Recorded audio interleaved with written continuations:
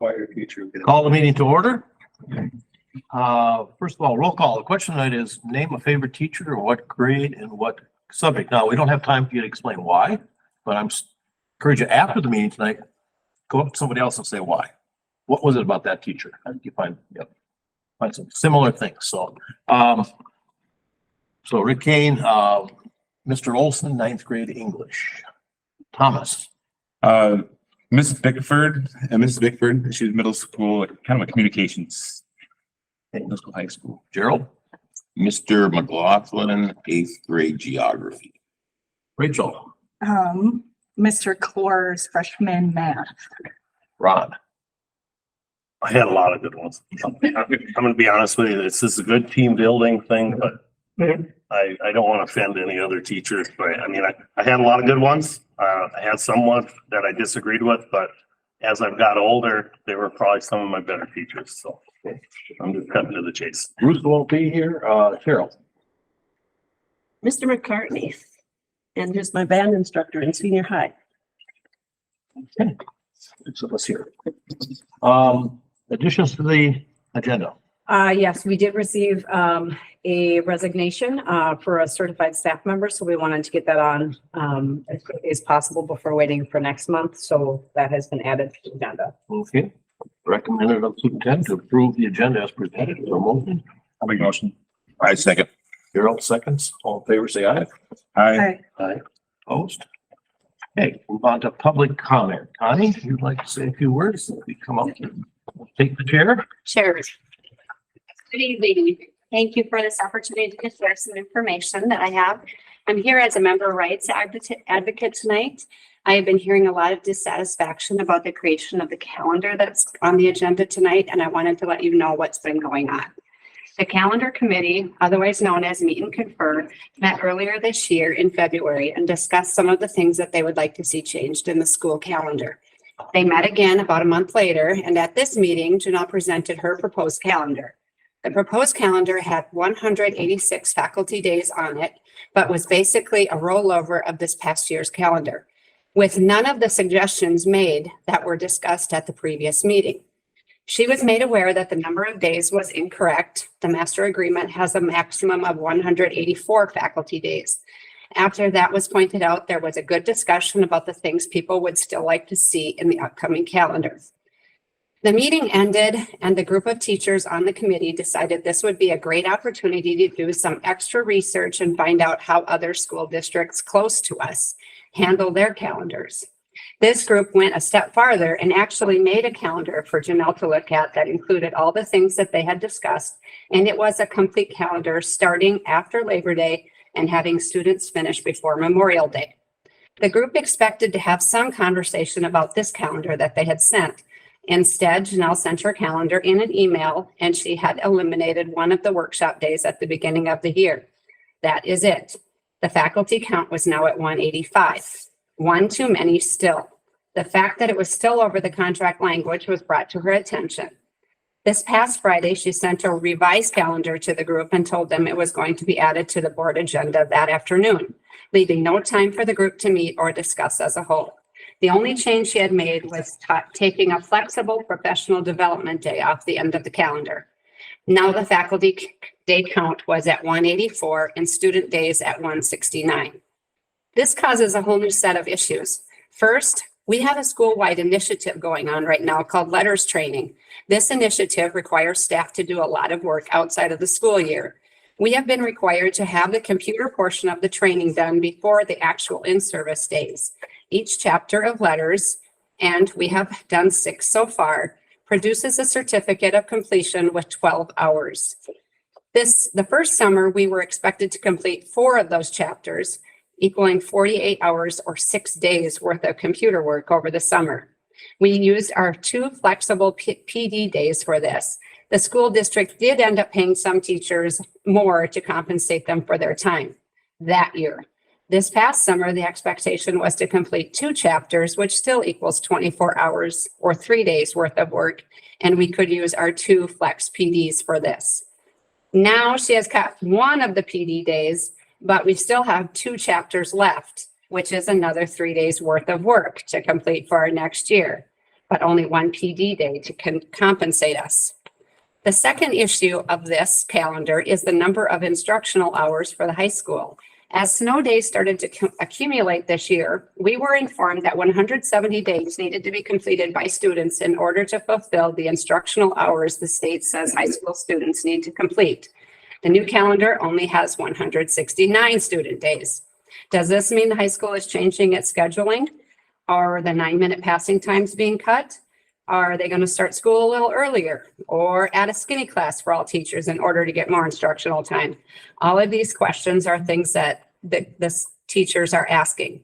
In any event, I would like you to have some discussion about the calendar that is being proposed tonight. I want you to know that the teachers on the committee did not feel that their efforts were valued or even wonder why there is a committee when their voices did not seem to be heard. Thank you for your time. Thank you, Connie. Yes. This is on the agenda for tonight. There's no need for comment now. Okay, the consent agenda.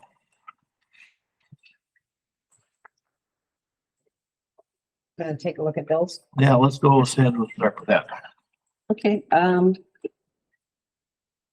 the bills are set up a little differently, and I had some questions about that. Janelle answered my questions satisfactorily and contacted Carrie and got her involved. That was just fine, and everything else was about the same. I noticed there was some more asbestos taken out, which is an ongoing thing in these old buildings. Otherwise, everything was pretty much business as normal. What building was asbestos taken out? Asbestos. Yes. The asbestos was in the tunnel of this, I believe it was in the tunnel of the elementary. It's in the elementary school building. Yep. And how long has this been slowly taking asbestos out of the building? How long has this been going on? So Resource Training and Solutions comes through and they check to see when there's, they do various inspections. And this was, my understanding is this is the last of what they, after they did their inspection, it was one of the last segments of removal. I'm not gonna hold anybody to a date or anything, but has this been like a 5-year project or how long is this? I can find out from, Resource can get us a summary of that. Okay. Yep. Just kind of curious. I mean, it's been 5 years, 10 years. I'm not holding anybody to a month or a day or anything. I was curious how many years that's been ongoing. Sure. Okay. Any other questions in the minute? Do you want to make any comments about the hirings, resignations? The only, well, the hire is our new golf coach, and then the resignation, you'll notice that is certified as Alyssa Hamilton. So that was she's going to the West Central Education District, so that'll be a gain for them.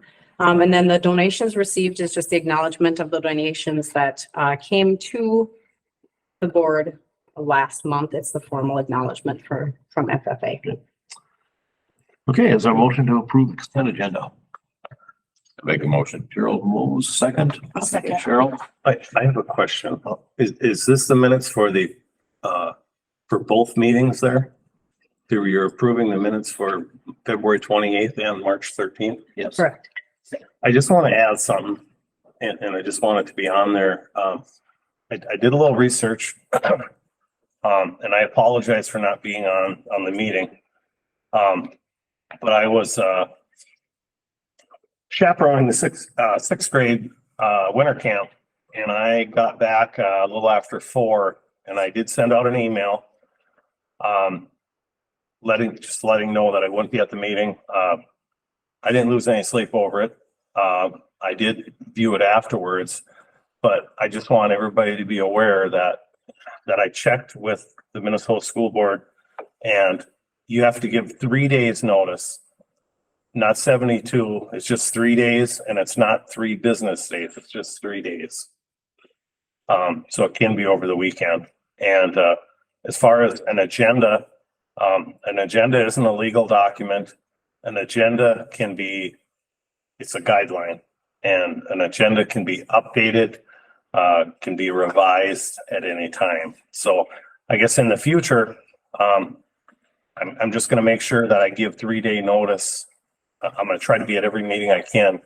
but there may be a few times where I have to do it by Zoom or WebEx. And as long as I disclose where I'm at, ahead of time, it shouldn't be an issue. But I just want everybody to know that if somebody else has an issue that like I had where I'm going to be gone, you just got to give 3-day notice, and it's not 3 business days. So I just wanted that to be in the minutes, so we're aware of that.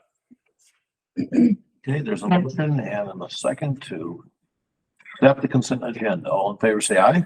Aye. Opposed? It's accepted. Communication items. First of all, administrative report. Great. So my administrative report today is really pretty general. I just want to acknowledge, and thank the students and the staff, for last week's evacuation.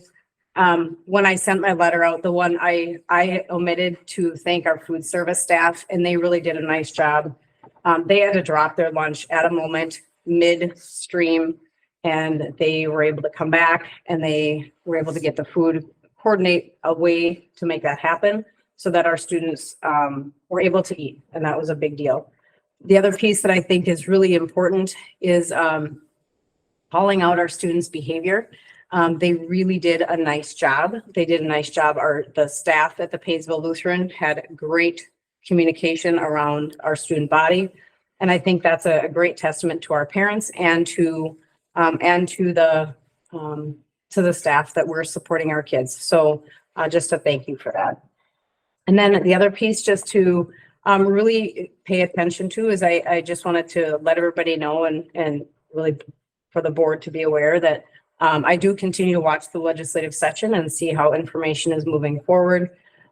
Really just trying to understand what the local impact is as legislation continues to be proposed and move forward in the process. So those are the administrative items that I have for just a general report.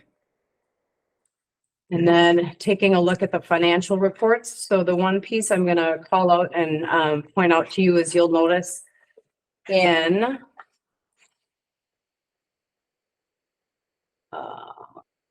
you're going to notice in February, you're going to see a highlighted column. That information has been updated from the revised budget. So this is on both the revenue and expenditures. So you'll see that it is now based on the revised budget versus the preliminary information. So that's the biggest piece just to acknowledge and note and call out in both the revenue and expenditures, unless anybody has a specific question. Any questions? All right.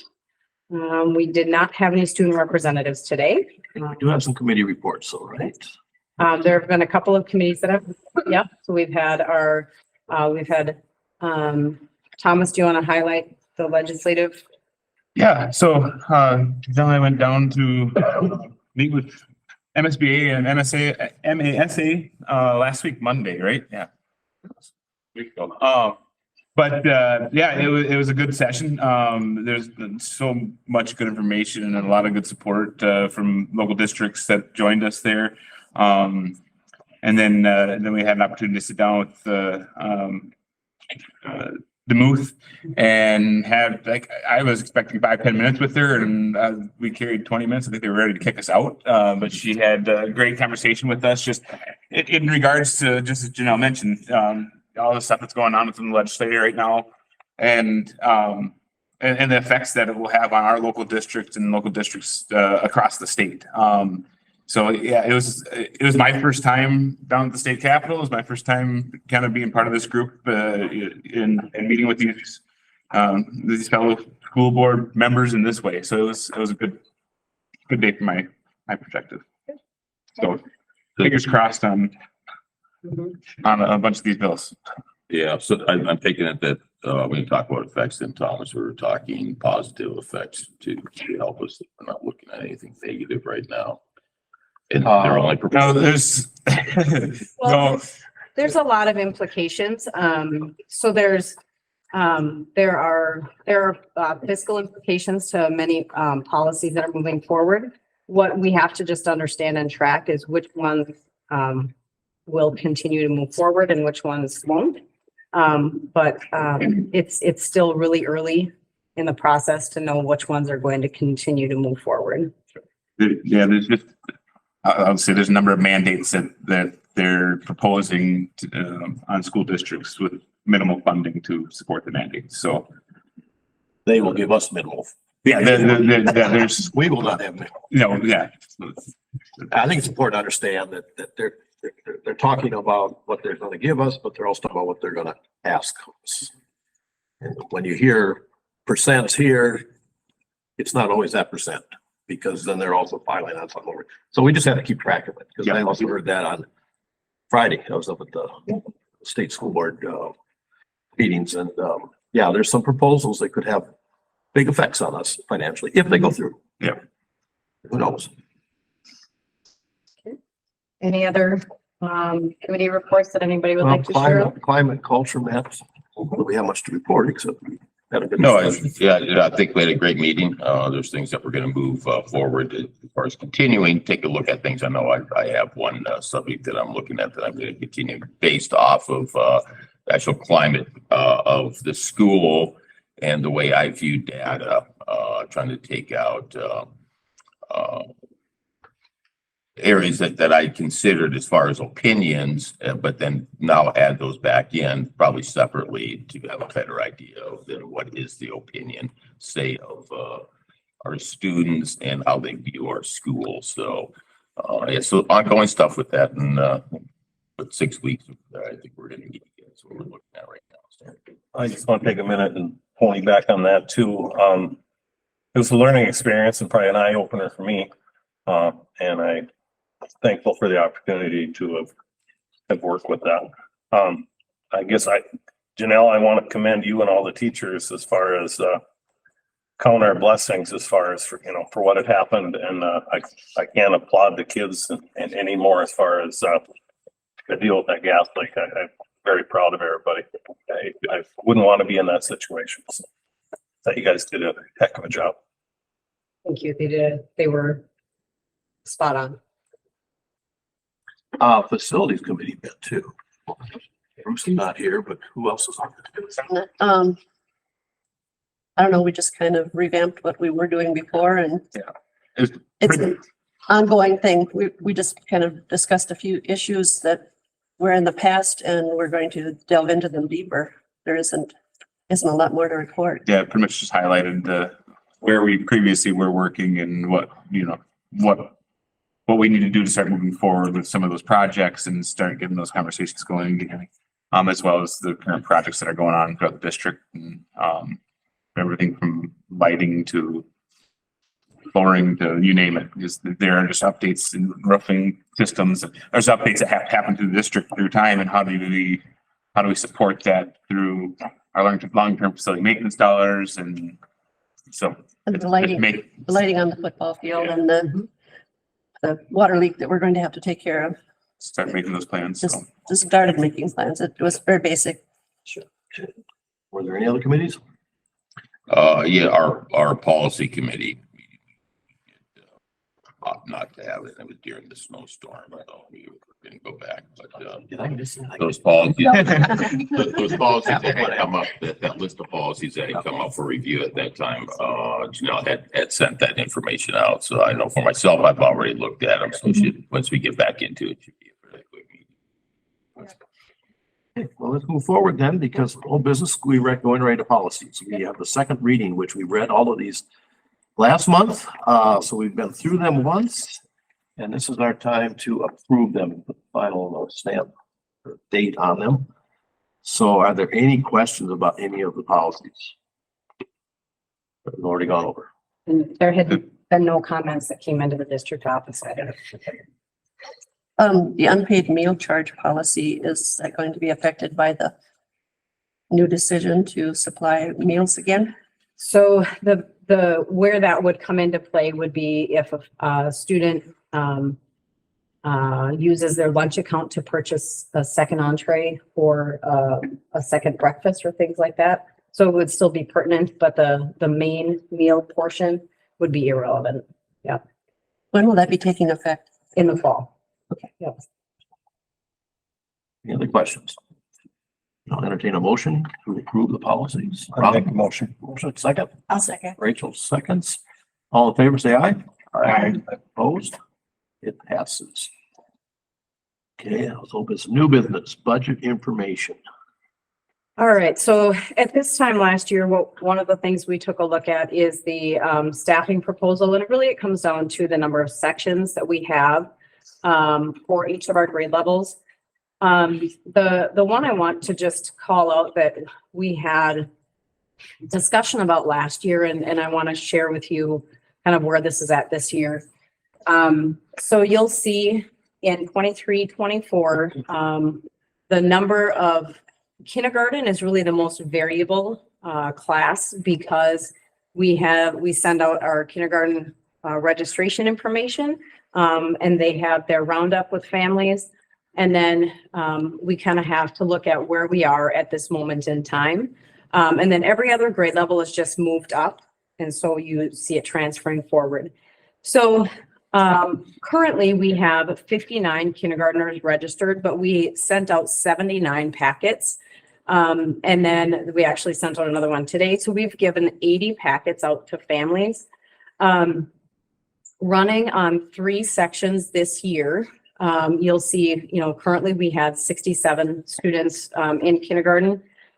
That it was a tough kindergarten year. I mean, it has been on 3 staff. It's been a challenge.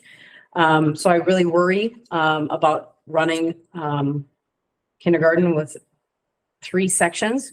If we get up to 79 students, I think we can wait a little bit before making that determination, but I also want to look for, make the recommendation in the budget to be able to move forward with a hire and finding a qualified staff member as well. So that's the only section that seems somewhat variable. I know I've talked about it in the past as I've been looking at budget considerations, that's an area where we have continued to look at revisiting, making sure that kindergarten comes back to 4 sections instead of 3. The other thing to keep an eye on is next year, we are losing our biggest senior class. We've got 85 kiddos that will graduate. And then our next largest classes are in the 70s again. So next year, that is going to be our biggest graduating class. So this is really just informational for you all to kind of know that I will likely continuing the trend upward as our kindergarten numbers come in. I think it makes the most sense to recommend 4 sections of kindergarten again. Any questions on that?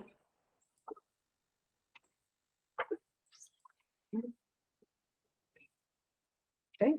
And that does not require any action. So we'll move on, proposed unrequested leave of absence. So these are split into 2 different, we have 2 different proposals for unrequested leave of absence. So these are individual resolutions, and so they would need to be introduced as a resolution. And there would be a roll call vote. How do we want to proceed with it? Do we want to have discussion first, or do we want? That's up to you. You can call for discussion now, or you can introduce the resolution and then have discussion. Well, since there's 2 different resolutions, we should have the discussion first. That's Sure. tied together. So, Sure. I'll say a few things to start with. Okay. First of all, I think we've all heard plenty on this. I don't want to cut anything. In fact, I'd like to add a few things. On the other hand, we have been in deficit spending now 5 out of the last 6 years. The comment I got from someone is, well, you've got money, we actually have $1.427 million right now in our reserve. Well, let's just take some money out of that, keep going. Which is fine, except at some point you get to the point where what's left. And I'm concerned that if we keep doing deficit spending, that next year, we don't know what the legislature is going to do, but there are some proposals that could have big effects on us financially, and we need to be prepared. So I'm torn. I know when I leave tonight, I'm gonna be unhappy either way.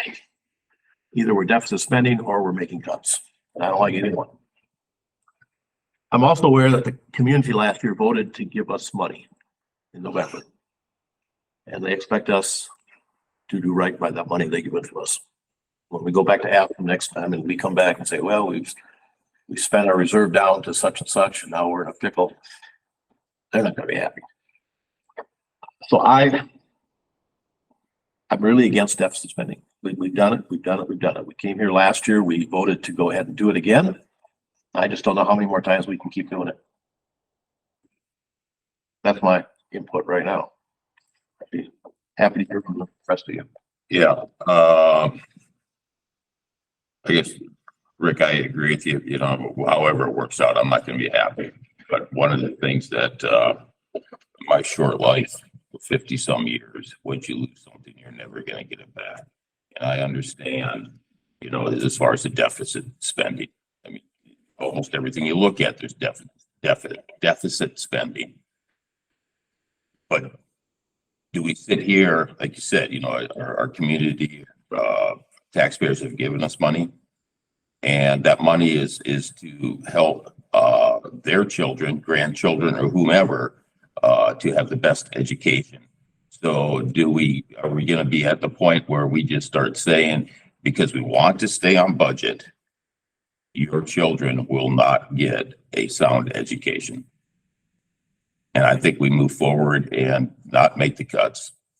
Maybe take a look at something else, because I have not seen any proposals as to what other things have been looked at besides the cutting of where we're gonna end up with 2 teachers. What else was looked at? I have not seen any of those proposals. But again, we start taking out curriculum, we're never gonna get it back. And if it does come back, it's never gonna be at the quality that we left it at. So I'm not, like you said, I'm not gonna be happy about it, but I think we, as a school board, and what we look at as far as our future, maybe we go back into that deficit, saying that deficit spending. We don't know where the legislature is going to go to, but we do know what's going to happen with our school. Thank you. Yes, I have a question, you know, as far as you're proposing to 0.5 FTE. So I'm guessing it's going from 2 full-time to 2 part-time? So. Or is this 2 different animals? We're doing part-time. We're voting on one, voting on the other. So I can speak to that a little bit. So, 2 years ago, there was a proposal to bring the foreign language complement from a 1.5 FTE down to a 1.0 FTE. The board at that point in time authorized that resolution. What happened is, that authorization took place at the end of April, and the letter had to be received by May 1st. It was not. And so the resolution and the reduction did not occur. So in the following year's schedule, we had 1.0 of a foreign language complement. So that position was a 1.0. And the other position was a 1.0, serving essentially an entire EL program. Over the course of the number of years when I looked back, the EL position has never been a full-time position. The complement had been 1.5 language, foreign language, with a 0.5-ish. Actually, when I look at it's been anywhere from 0.3 to it's been a variety of EL instruction. But the bulk of that, the base of that schedule then was foreign language. So as the board had been tracking the recommendations for foreign language, that's where that reduction initially came into play. So the reduction for the first position, it would have carried forward as a result of previous years in decline in foreign language enrollment.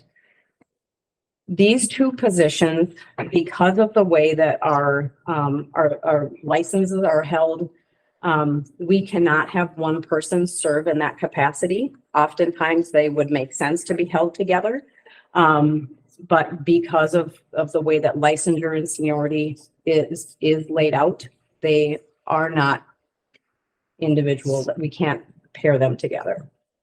So it's two different positions for that reason. One is the decline of the foreign language. I do continue to have concerns about offering 2 foreign languages and looking at how those can thrive. I will disagree that you can, I think you can add back foreign language if it continues to grow. But I don't see having 2 foreign language offerings as a district our size being the most beneficial way to grow a foreign language program. So the EL complement is a 0.5, which has been the ongoing, I guess, complement for EL. But over the course of the last year and a half, 2 years, when we missed, and the district missed a postmark to make that reduction take effect. So that's where that position has been a whole position serving the EL program. I guess I'll just make another comment. I visit with 3 different just colleges and just kind of pose the question. And once again, maybe I'm saying it hearsay, whatever, but no, I'm not going to say it that way. But people that I've talked to at colleges are telling me that kids are more apt to pick up a foreign language when they're in college, when they know or hopefully know what they're going to do. And they're probably, I'm not saying kids aren't mature, but they're more apt to maybe learn it quicker.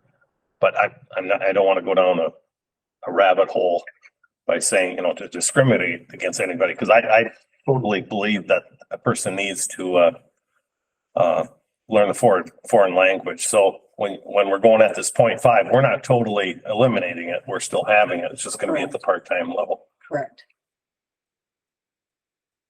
So has there been any discussion as far as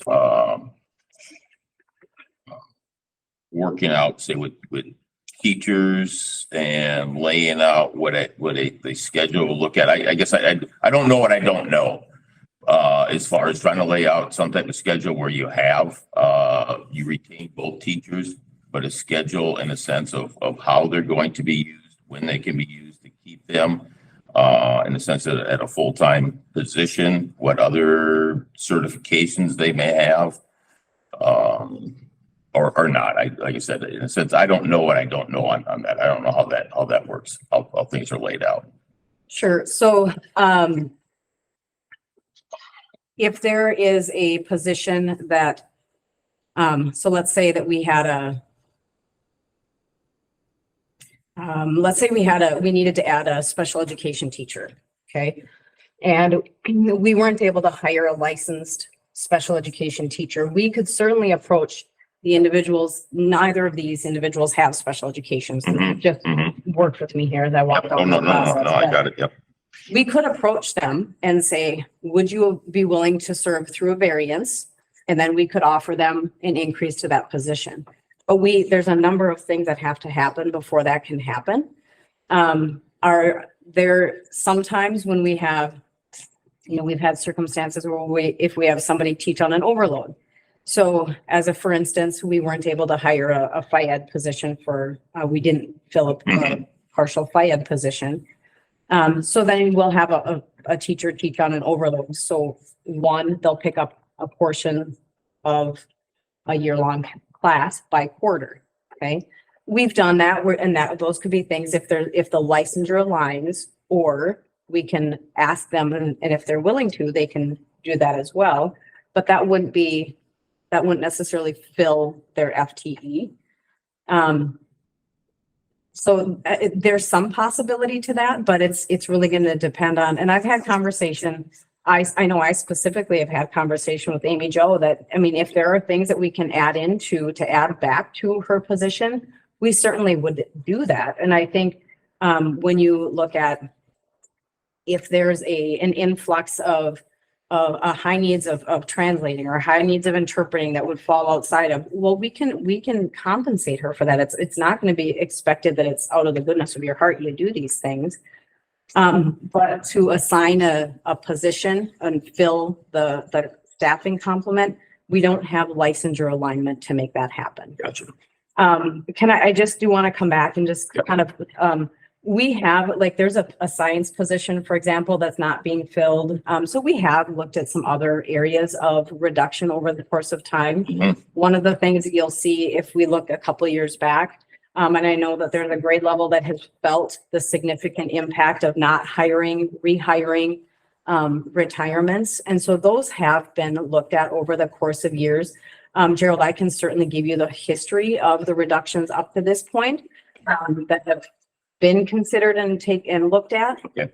to know that this is not, and other board members who have been here for a while, you could probably speak to some of those things as well. But so this is not just the sole one area that has been looked at. Yep. But this is where our numbers have been the most fluctuant within our foreign language complement. Mhm. And I appreciate that. I'd like to see that, that I would appreciate that. Because my biggest concern is we're looking at the livelihood of two people. Mhm. And I have been on, working for an aeronautics company. I've been on that side of where you need to start cutting people and what is going to happen with them. And, there's a lot of talent that's out there. But once they know, based on whatever that is, whether they're represented or unrepresented, they knew that they had to go someplace else, which meant we never got that talent back. So if they moved over to another aeronautics company, they weren't going to come back to Lockheed Martin Aeronautics and work. And that's what I'm concerned with here. If we lose that talent that we have, teachers are in demand all over.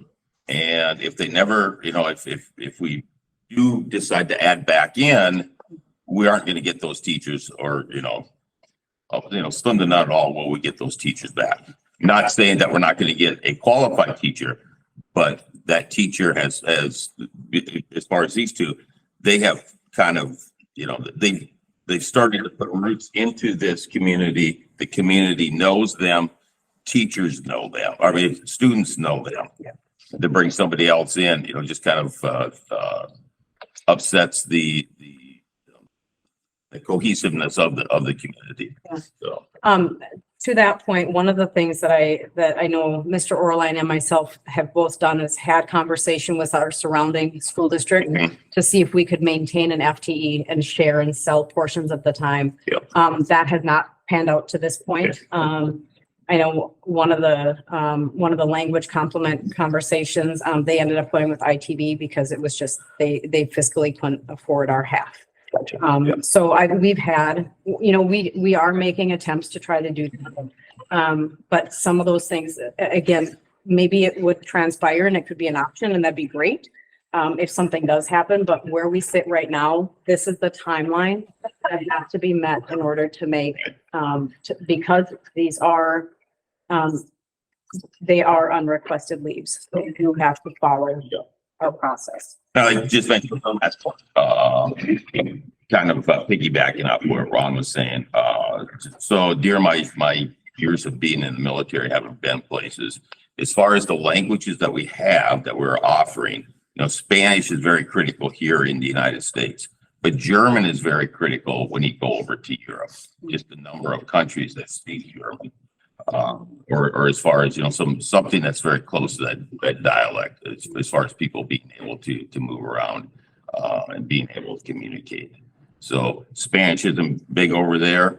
French isn't. I mean, there are countries that but when you start taking a look at just the number of countries that are in a sense bilingual. German is always kind of that predominant one. So I think we do have a good complement of languages that we provide here as far as foreign languages in the schools. I'd like to make sure there's three of you have not had a chance to. Sorry, yeah. If there's anything any of you want to say. I've read through all of the information that's been sent out, and I've, of course, heard from Amy Jo many times in the past. So I know what all's involved, and I'm with everybody else. I want to be unhappy no matter what we do. I just don't know how to address it. I can just I just concur with what Rick said. I think it really kind of took a lot of the words out of my mouth as well. I just want to have one last thing. And I know this is a very tough decision. But one thing I know a couple, Spanish families, locally, and it's amazing the technology as far as, there's apps on your phone where the kids have, and I know some kids, and the parents actually showed me that the app as far as, I'm just using Spanish as an example, where you can speak into the phone and it'll tell you how to say that. So, I mean, the technology is just incredible. But what's at a person's fingertips, so. Are you looking for a motion? I just made one more comment. 30 years ago, I fought with a group. I came to this town and there was only German. We fought hard to get Spanish in the school. So it'd be very hard for me to see us take a step back. The other side is my daughter's graduating class was 126 or something that year. That was a lot more money we had. So again, it comes down to which way we want to go. If we want to take a risk and take more money out, have less money next year, or want to make a decision. So yeah, the next step would be to introduce the resolution that's in our minutes. Do we have to read the whole resolution? I think you should. Okay, you're gonna make it, Ron? You want me to read it? Am I gonna make you? No. Or I'll So we make a need- motion if that's what you're You asking. need, so somebody needs to introduce, just like it says on the screen, introduce the following resolution, Okay.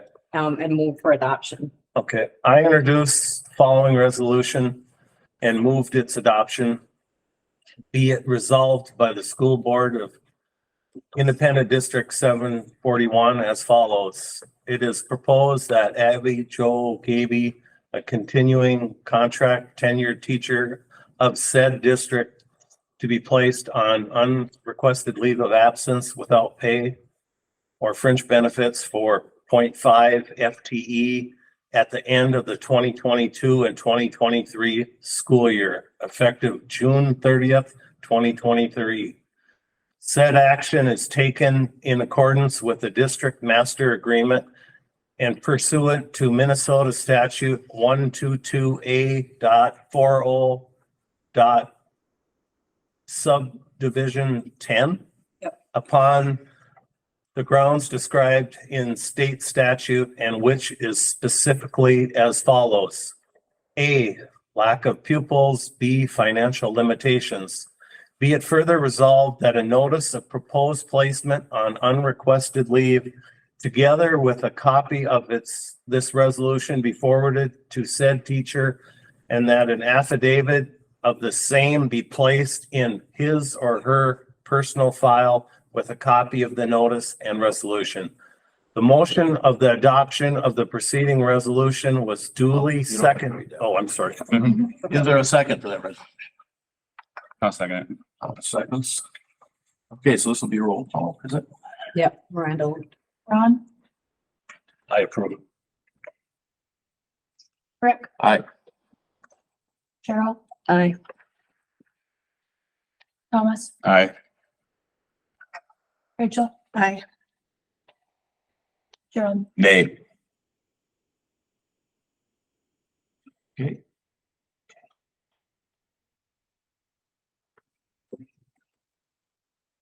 Resolution is declared duly passed and adopted on March 328.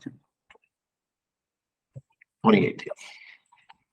And then the second one is the same resolution. It's for Mr. Wilkie, to be placed at a 0.5 FTE. I'd like to make that motion. I'll make the motion. I introduced the following resolution and moved its adoption. Be resolved, the school board independent district number 741 as follows. It proposed that David Wilkie, a continuing contract tenured teacher of said district, be placed on unrequested leave of absence without pay or fringe benefits for 0.5 FTE at the end of the 2022-2023 school year, effective June 30th, 2023. Said action is taken in accordance with district master agreement and pursuant to Minnesota statute 122A.40 subdivision 10. the grounds described in said statute and which are specifically as follows. C, black pupils. D, financial limitations. Be it further resolved that a notice of proposed placement on unrequested leave together with a copy of the resolution be forwarded to said teacher, and that an affidavit of the same be placed in her personal file with a copy of the notice and resolution. Okay, is there a second to the motion, the resolution? I'll second it. Rachel seconds. Okay, the roll call. Ron, I'm gonna say nay. Rick, Aye. Cheryl, Aye. Thomas, Aye. Rachel, Aye. Gerald, Nay. Okay, this resolution was passed on a 4-2 vote, adopted on March 28th.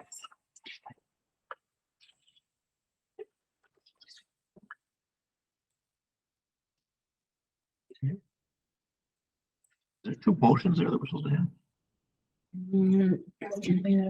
Oh, okay.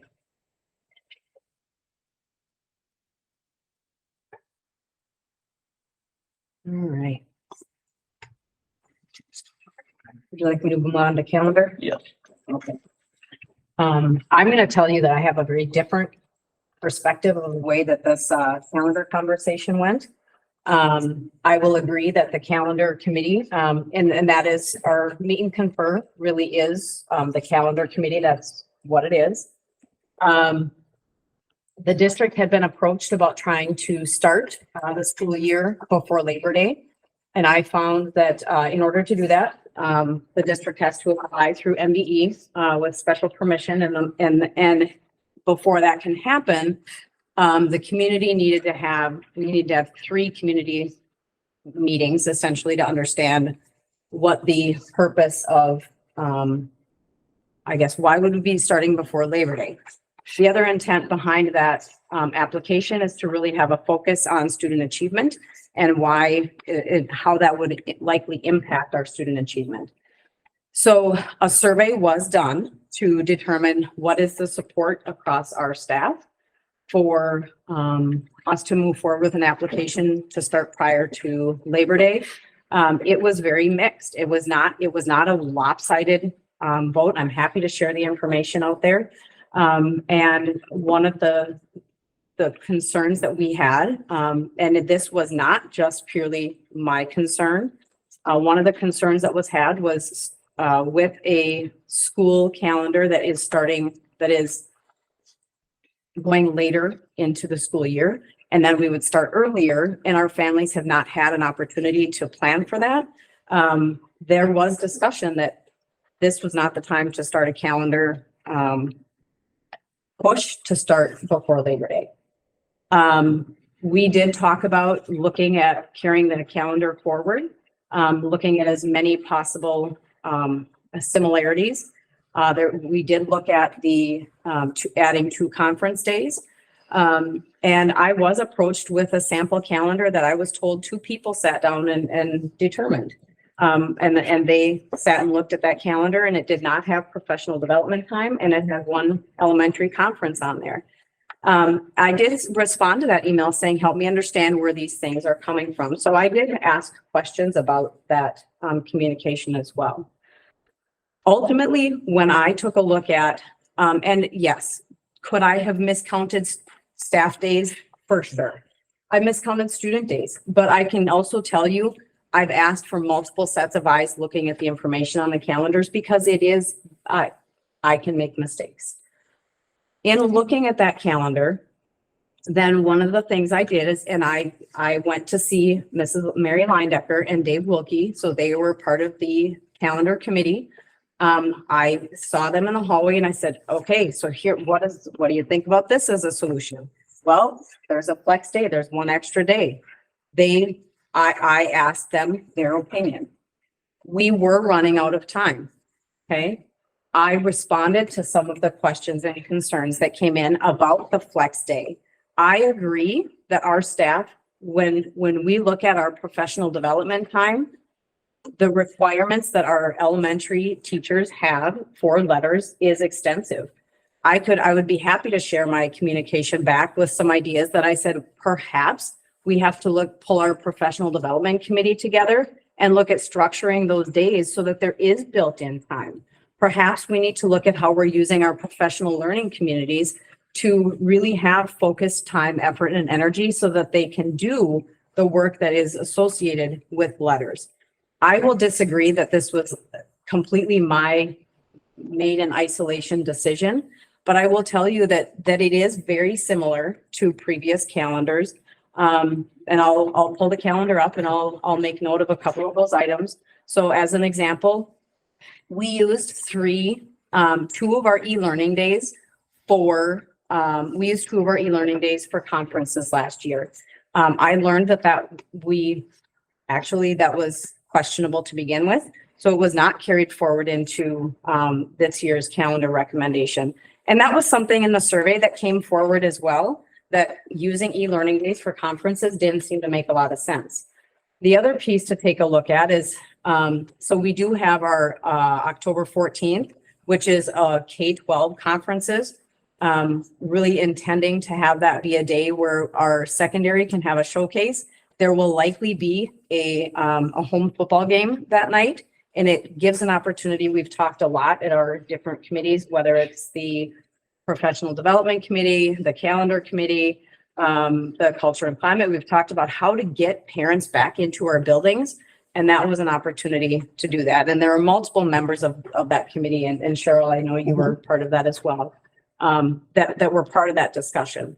The next day to notice is the March 7th day. So that is a half student day. It'll be an early release, and then conferences in that evening. That counts as 2 staff contract days because it's they're there for a part of the day and then take a little break, and then so they get 2 contract days. When I looked at the proposals that came forward with a limit of professional development days built into the calendar, I did not believe that was the direction that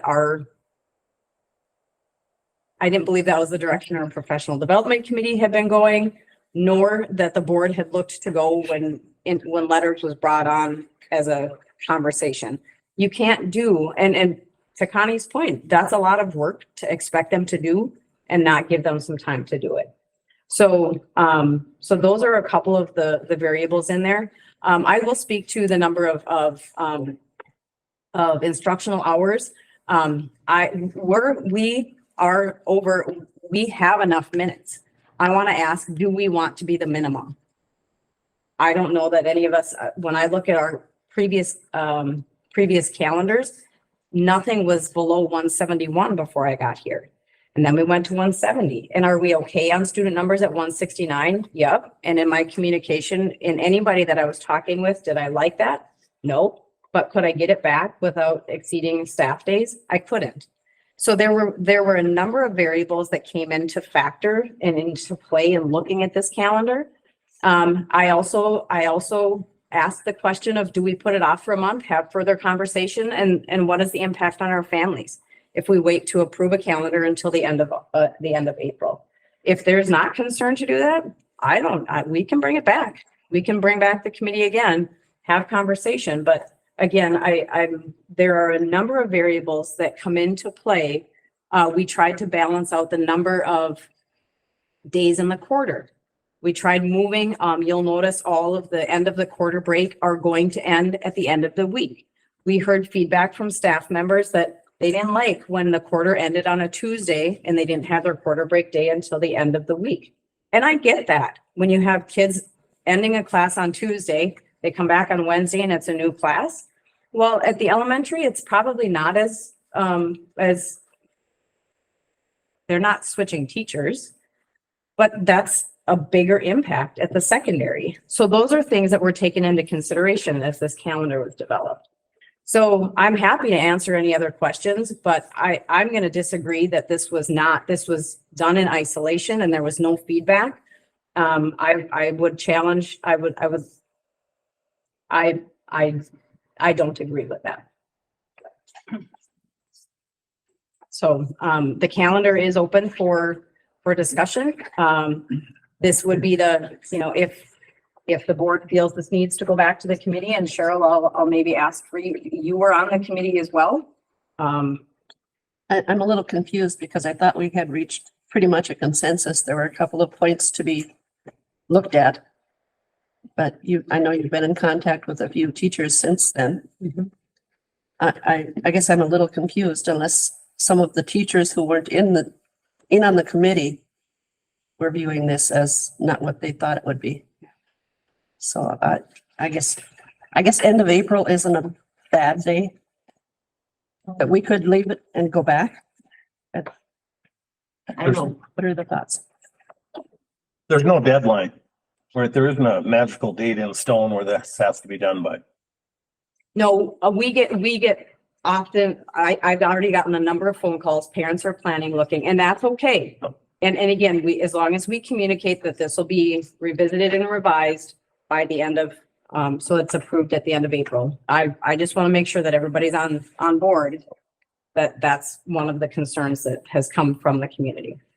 I guess my personal feeling is this should be addressed earlier, should have been addressed earlier. The other thing, as far as people being upset, well, I'm sorry, life ain't fair. As far as spring break, the big spring break thing, people are going to take vacations whenever they want. You know, they're going to take their personal day from work or what have you, and they're going to go on their trip. So I personally am not a big fan of spring break. I didn't have that when I was in school.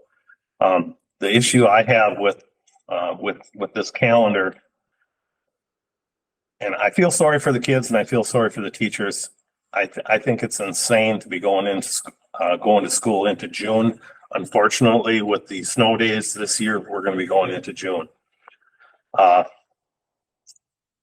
I personally feel it's a waste of time, the kids being in school after Memorial Day, coming back for those 4 days. But I think there can be some adjusting to this, and I guess I'm hoping that, not asking to be on another committee or anything, but I know there is input out there as far as to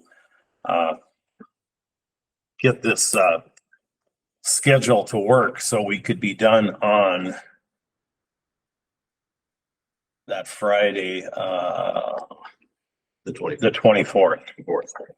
I just think there should be a way of getting that to work. You know, I've not been on this board very long, but I've had a half a dozen people reach out to me, and I just kind of listened to their concerns. But by no means do I have a magical calendar in front. Yeah, I think, first of all, we don't have a spring break. We've talked about it in the past. Yeah, but there's a lot of days off. Well, there's days off here and there, but yeah, you're right. But I will Parents also take add whatever. that those days off are intended to be professional development time. right. And so the teachers, now if we don't move forward with the letters initiative, which I think would be absolutely horrendous, because the commitment to that program has been amazing. And what's happening with students is amazing. So to not finish that and see that through, I think would be just I don't think would be a wise decision. But I think that's part of also why we have to maintain the time in the calendar for that professional development time. This year we scaled back. As Connie talked about, the first year that it was implemented, they did 4 units in that first year, which was too much. This year they did 2. Next year they would do 2. So that's part of where we have to, and we also are bound to make sure that they have 3 quarter break days at the end of the quarter, which should align pretty closely. So there are, I hear what you're saying, and there are, if the commitment is to make those timeframes happen, and all of the professional development has to go to flex time, I guess that can be the other option. But we have to meet 184 contract days, and we have to have a commitment to allowing them professional development time. I just have two other questions because I feel I don't want to be taking this over or anything. Is a quarterback day a requirement? Via the contract, yes. And then my other question, what is the cost? I mean, I'm not trying to cut somebody's, if you have to, what you just said, as far as compensate them, I kind of like to know what the cost justifies and means, because I don't know, I'm just not a big fan of the kids going to school after Memorial Day. I'll leave it at that. You guys can. Well, and I think, the other problem is the state has its stupid requirement. The state has its requirement about when we can start. And Labor Day shifts all the time. Mhm. So we get stuck next year, maybe next year will be better, but sometimes it's a whole different week that we have to shuffle around because of that. Yeah. If we had the right to set our own calendar as far as when we started, we could, Correct. on a year like this where we could start a week early or 4 days early and do that. But we've got to squeeze this into what the state tells us, and then we got to squeeze it in. And when we started this discussion, I will also add, Ron, to your point, I think it makes sense for us to look at multiple years at one time. So we're not looking at this at in March or April, year over year. We can do some of this work ahead of time and look at multiple years at one time. If we move to a flexible learning year application, we could submit for up to 3 years at a time. And then, but that every 3 years, then you have to submit for a pre-Labor Day start. But next year Memorial Day is going to be earlier. So the 26th. So that date fluctuates. Right. I'm not on the, of course, that committee, and, I don't like to burden people, because I wouldn't like for them to burden me being on a committee, but what was presented today, as far as from Connie being on the communication side, I just really think maybe the calendar committee should come back together and just work through those issues. It's to go into some type of adversarial thing. I'm not going to, and I don't want people to think that that's what I'm thinking, but to walk into some type of adversarial thing where we're going to start because it's based off of X, and things being said, then it's not good for our schools. So if we can come back to that compromise, I'm not saying either what was presented was right or wrong, but I think if we can just get a consensus where it's where there is that agreement, if we can hold out till the end of April, I think that would be great. But if the calendar committee doesn't agree with that, you guys can move forward where you need to go. Because like I said, I don't want to burden that committee either. So And I'll just lean towards Cheryl on that being part of that committee. I feel with this much controversy, maybe we should come together one more time. Yeah. At least one more time. Committee, would you make that a motion? I make a motion, we table this for now and come back to the committee. I second it. Okay. Any discussion? All in favor, say aye. I Opposed? It's passed.